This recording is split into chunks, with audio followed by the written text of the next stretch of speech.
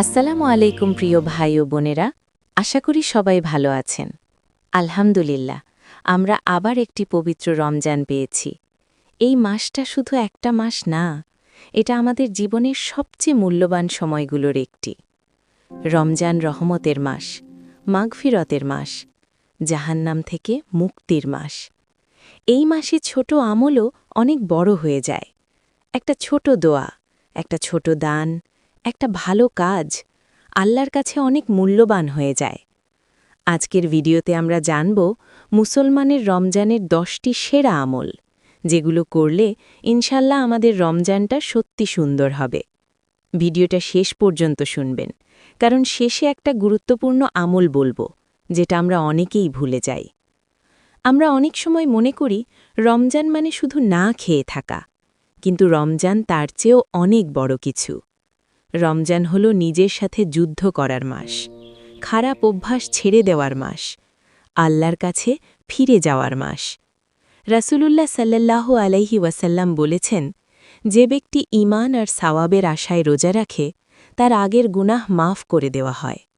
ভাবুন, একটা মাস, আর পুরো জীবনের গুনাহ মাফ হয়ে যেতে পারে। তাই এই সুযোগটা আমাদের হারানো উচিত না। চলুন এখন শুরু করি রমজানের প্রথম সেরা আমল। 1 নম্বর আমল, সঠিকভাবে রোজা রাখা। রোজা শুধু না খাওয়া নয়, রোজা হলো চোখের রোজা, কানের রোজা, জিহ্বার রোজা, মনের রোজা। মানে মিথ্যে কথা বলা যাবে না, গীবত করা যাবে না, ঝগড়া করা যাবে না, খারাপ ভিডিও দেখা যাবে না, কাউকে কষ্ট দেওয়া যাবে না। অনেক সময় আমরা সারাদিন না খেয়ে থাকি, কিন্তু রাগ করি, গীবত করি, তখন রোজার আসল সৌন্দর্যটা নষ্ট হয়ে যায়।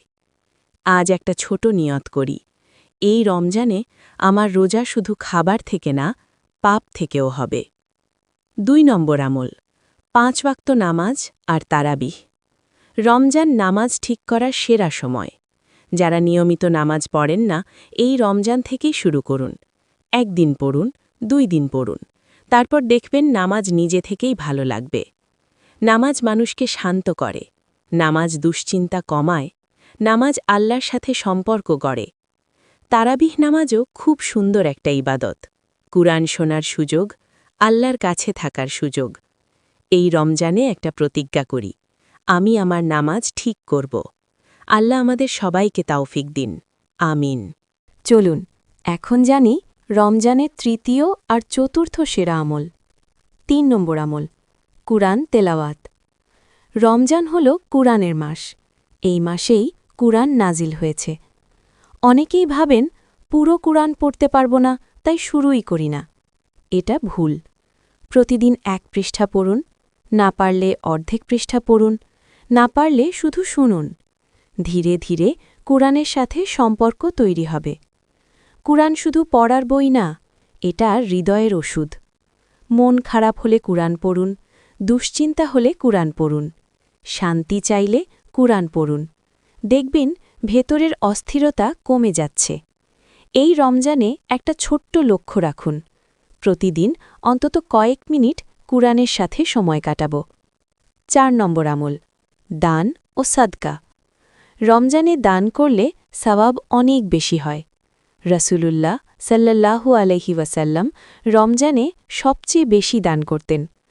আমরা বড় কিছু না পারলেও ছোট কিছু তো পারি। একজন রোজাদারকে ইফতার করাতে পারেন, একজন গরিবকে খাবার দিতে পারেন, কোনো মসজিদে একটু দান করতে পারেন, একটা পানির বোতল, একটা খেজুর, একটা হাসি মুখে সাহায্য, এগুলো আল্লাহর কাছে অনেক মূল্যবান। মনে রাখবেন, দান শুধু টাকা দিয়ে হয় না। সময় দেওয়া, কারো কথা মন দিয়ে শোনা, কারো কষ্ট কমানো, এগুলো সাদকা। এই রমজানে প্রতিদিন চেষ্টা করুন কমপক্ষে একজনকে সাহায্য করব। দেখবেন নিজের মনও শান্ত হয়ে যাবে। প্রিয় ভাই ও বোনেরা, রমজান আমাদের শেখায় ভালো মানুষ হতে। শুধু ইবাদত না, মানুষের উপকারও ইবাদত। আল্লাহ আমাদের সবাইকে দান করার তাওফিক দিন, আমিন। চলুন এখন জানি রমজানের পঞ্চম আর ষষ্ঠ সেরা আমল।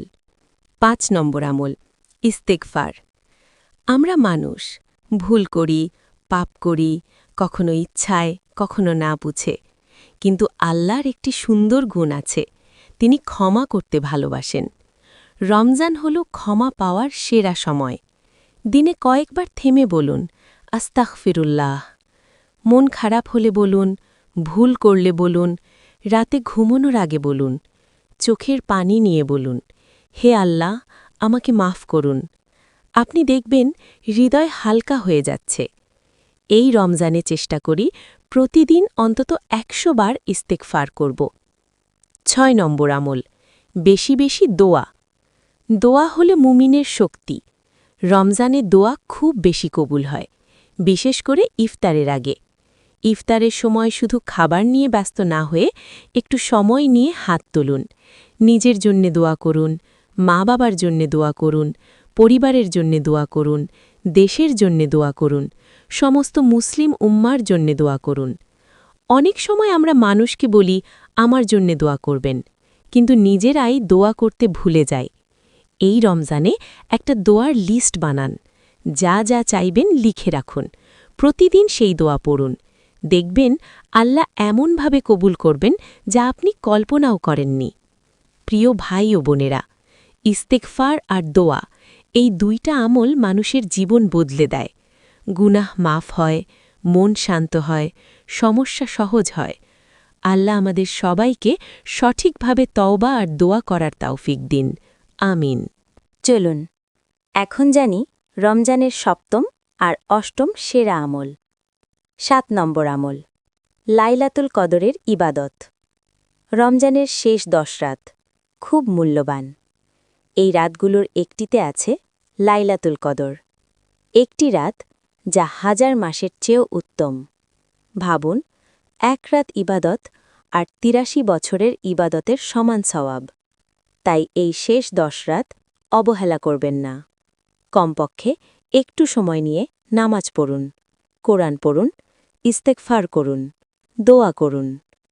হয়তো এই রাতেই আপনার ভাগ্য বদলে যাবে, হয়তো এই রাতেই আপনার সব গুনাহ মাফ হয়ে যাবে। ৮ নম্বর আমল, ভালো আচরণ।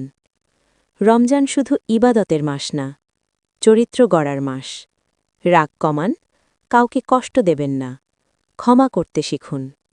একটা ভালো কথা, একটা হাসি মুখ, একটা ছোট সাহায্য অনেক বড় সওয়াব। রাসূলুল্লাহ সাল্লাল্লাহু আলাইহি ওয়াসাল্লাম বলেছেন, সেরা মুসলমান সে যার হাতে ও মুখে মানুষ নিরাপদ থাকে। আমরা হয়তো বড় ইবাদত করতে পারি না, কিন্তু ভালো ব্যবহার তো করতে পারি। এই রমজানে চেষ্টা করি কাউকে কষ্ট দেব না, রাগ হলে চুপ থাকব, ক্ষমা করব। দেখবেন আপনার মনও শান্ত হবে। প্রিয় ভাই ও বোনেরা, রমজান আমাদের শুধু নামাজ শেখায় না, ভালো মানুষ হতে শেখায়।